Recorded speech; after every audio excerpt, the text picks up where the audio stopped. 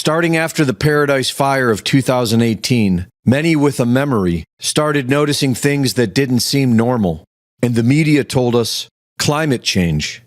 With over 40 years of experience, forensic arborist Robert Brahm has been investigating the damage from these suspicious fires since Paradise. Based on his evidence, these fires are being caused by some sort of directed energy weapon.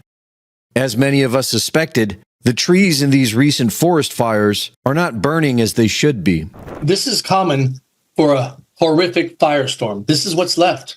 They all look like this. There's nothing left. The twigs, the needles, the branches, even the trees will burn down, sometimes to a low stump or even a hole in the ground. Not like this one. This was the big Coffee Park fire in Santa Rosa, where 4,700 homes were turned to white ash. And look at the trees.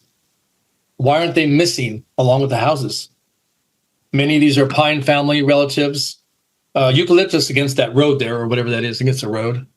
Those are eucalyptus back there, the round ones. Those are so flammable, a cigarette lighter in your hand can light those on fire. A green leaf, light them right on fire.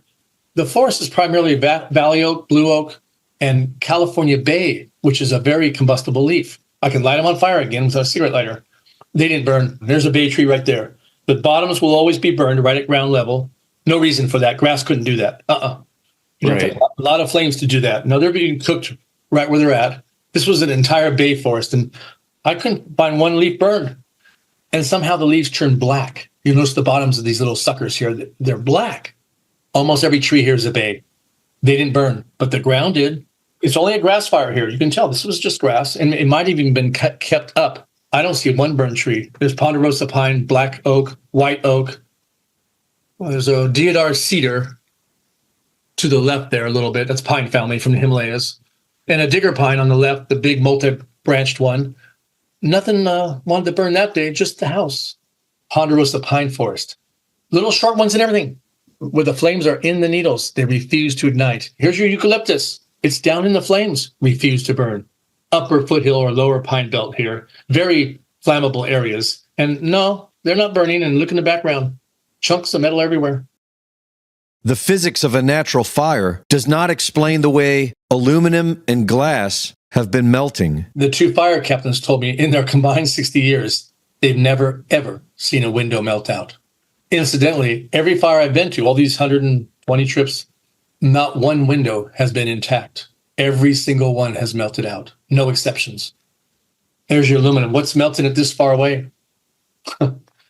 What's keeping it flowing? These things will flow 20 or 30 feet from a car when there's nothing on the ground to keep them melting.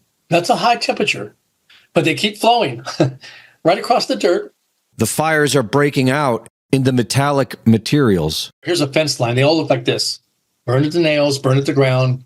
The only place they burn is at the ground and wherever the metals were. What fire does that? A normal fire would burn the post from the bottom up, not skip spots. No, they favor the metals, of course. This is a tall post, perhaps 5 or 6 feet high, and way up high, eye level, just the nail area burned. Here's this board. What really burned? The nails on that board. This little guardrail is a park guardrail, and actually it's all wood. There's no metal here. The cross member, the long ones, and the post are all wood. And each one was burned like this, where the screws were. And trees are burning from the inside out. Many trees are cooking from the inside out. They're burned on the inside, and there's no hole to get a flame in there. This thing was about 4 feet in diameter in a spring, burned from the inside out, and not one leaf burned. When you look at the cuts, this is very important. These are 90% dead.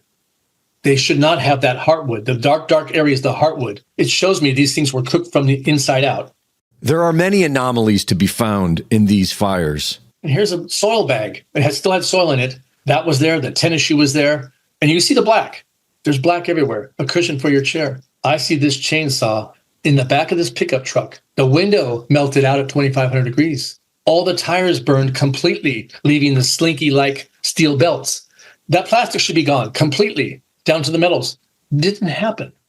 There's so much white ash in some of these photos. It looks like the heat would have been really intense. However, it didn't reach very far. Why is that? Why is everything reduced to white ash versus... Well, I'm going to have to say it's because of the extreme heat. It's a different kind of flame. To me, these are microwave-based flames. Greg Reese reporting.